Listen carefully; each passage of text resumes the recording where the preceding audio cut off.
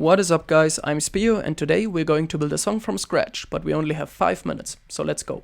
First up, I'm going to set my tempo at 175 BPM because we're going to build something drum and bassy.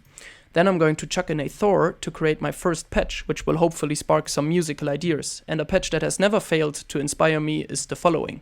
First up, I'm going to set my analog oscillator as a sine wave, then bypass the first filter and turn on the shaper in soft clip mode with a drive amount of about 65. Then I'm going to bring down the sustain on the amp envelope all the way, reduce the decay just a bit, and bring up the release to about 2.2 seconds. Next up, I'm going to turn on the delay, tempo sync it, bring down the time to 2/16, and bring up the dry wet and feedback just a bit. And with this nice and plucky synth, I can now go on to recording my first melody.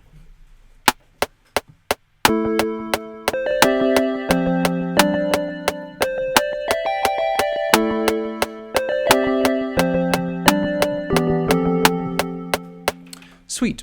Let's quantize this clip to tidy up the notes and then go into the clip and select the lowest note of each chord to copy them 1 octave below the original melody to create some bass frequencies in order to fill out the spectrum. I'm also gonna fix a couple of the notes that I recorded wrongly because I suck at keyboard playing, but I'm getting better every day, so that's what counts. Alright. Now that our musical idea is laid out, we can go on to creating a groove to accompany it. I'm going to do this by hitting Create Instrument and going into the Reason Factory sound bank. I'm going to pull up a Kong kit from the Charoos folder, which is called Basic 1. The kick on this one is a little bit long, so I'm going to shorten it using the decay knob down here, which will also make it more punchy. Now I'm ready to record my groove.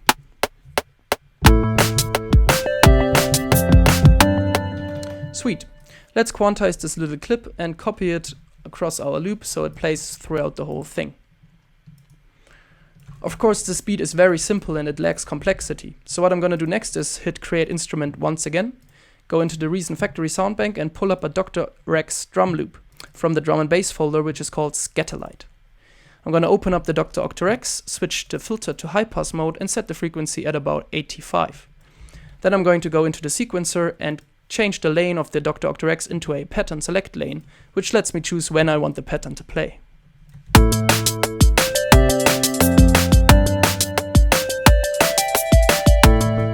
Sweet.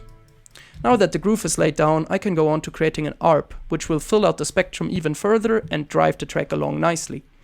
For this, I'm going to create yet another Thor, leave it as a sawtooth wave, and I'm going to bring down the frequency of the filter a bit, bring up the envelope amount and reduce the sustain on the filter envelope all the way, bring down the decay a bit and leave the release as it is. Then I'm going to copy the filter envelope settings over to the amp envelope, turn on the chorus and chuck in a reverb unit just beneath this Thor, where I'm going to pull up the film score preset, which sounds absolutely amazing. Now I'm ready to lay down a couple of ARP notes.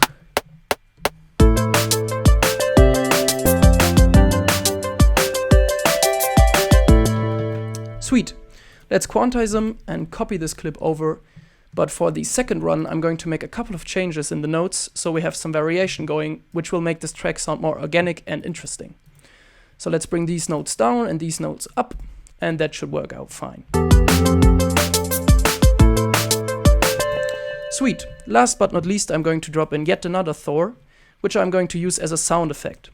So I'm going to create a noise oscillator and run it through a state variable bandpass filter with loads of resonance. And I'm going to alt-click the frequency to automate it. Then I'm going to bring up the sustain on the amp envelope all the way and create an RV700 advanced reverb unit just beneath the Thor. Going to draw in a long clip with a long note in it so that the sound effect plays throughout the whole loop. Then I'm going to draw a long automation clip with the frequency of the filter going down and up again towards the end of the phrase.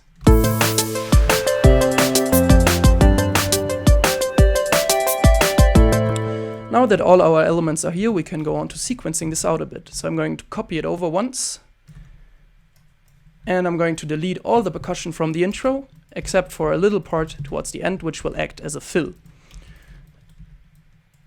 Next up, I'm going to automate the frequency on the ARP to go steadily upwards throughout the intro, and then stay up during the energetic part with all the percussion.